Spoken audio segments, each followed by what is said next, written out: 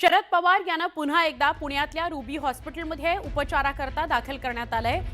खासदार सुप्रिया सुळे यांनी व्हॉट्सअप स्टेटसवरून ही माहिती दिलेली आहे। आमचे प्रतिनिधी अभिजित पोते यांना विचारूया। अभिजित, काय अपडेट?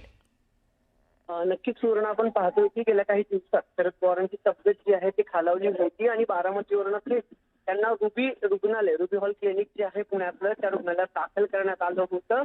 खोकल्याचा त्रास शरद पवारांना त्यावेळी झाला होता।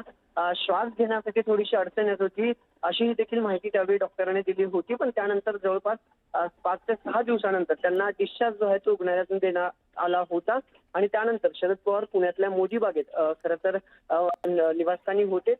दररोज रुटीन चेकअप डॉक्टरांकडून शरद पवारांचं केलं जायचं, पण आज सकाळपासून पुन्हा त्यांना थोडंसं अस्वस्थ वाटायला लागले, खोकल्याचा त्रास पुन्हा जाणवू लागला आणि आज रुटीन चेकअपसाठी ते रुबी हॉल क्लिनिकमध्ये बरोबर 8:45 वाजता जे आहे ते आले होते।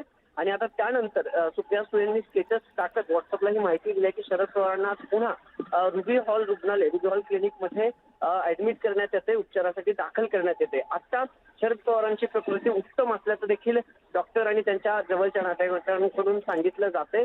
शरद पवारांना केवळ खोकल्याचा आणि थोडासा दम्याचा त्रास होतोय। रुटीन चेकअपसाठी शरद पवार पुण्यातल्या रुबी रुग्णालयात आले होते। खरं तर आज किंवा उद्या ते मुंबईला देखील परतणार होते, पण पुन्हा शरद पवारांना खोकल्याचा थोडा त्रास असल्यामुळे त्यांना पुन्हा एकदा आता रुबी हॉल रुग्णालयात दाखल करण्यात येते, ऍडमिट करण्यात येते। थोड्याच वेळात डॉक्टरांकडून अपडेट माहिती जी आहे ती त्यांच्या तब्येतीबद्दल मिळेल, पण आता तरी शरद पवारांची प्रकृती उत्तम आहे। केवळ रुटीन चेकअपसाठी आले असता त्यांना थोडा खोकल्याचा त्रास जाणवला आणि त्यानंतर त्यांना रुग्णालयात जे आहे ते दाखल करण्यात येते। सुवर्ण, नक्की धन्यवाद अभिजित, माहिती दिल्याबद्दल।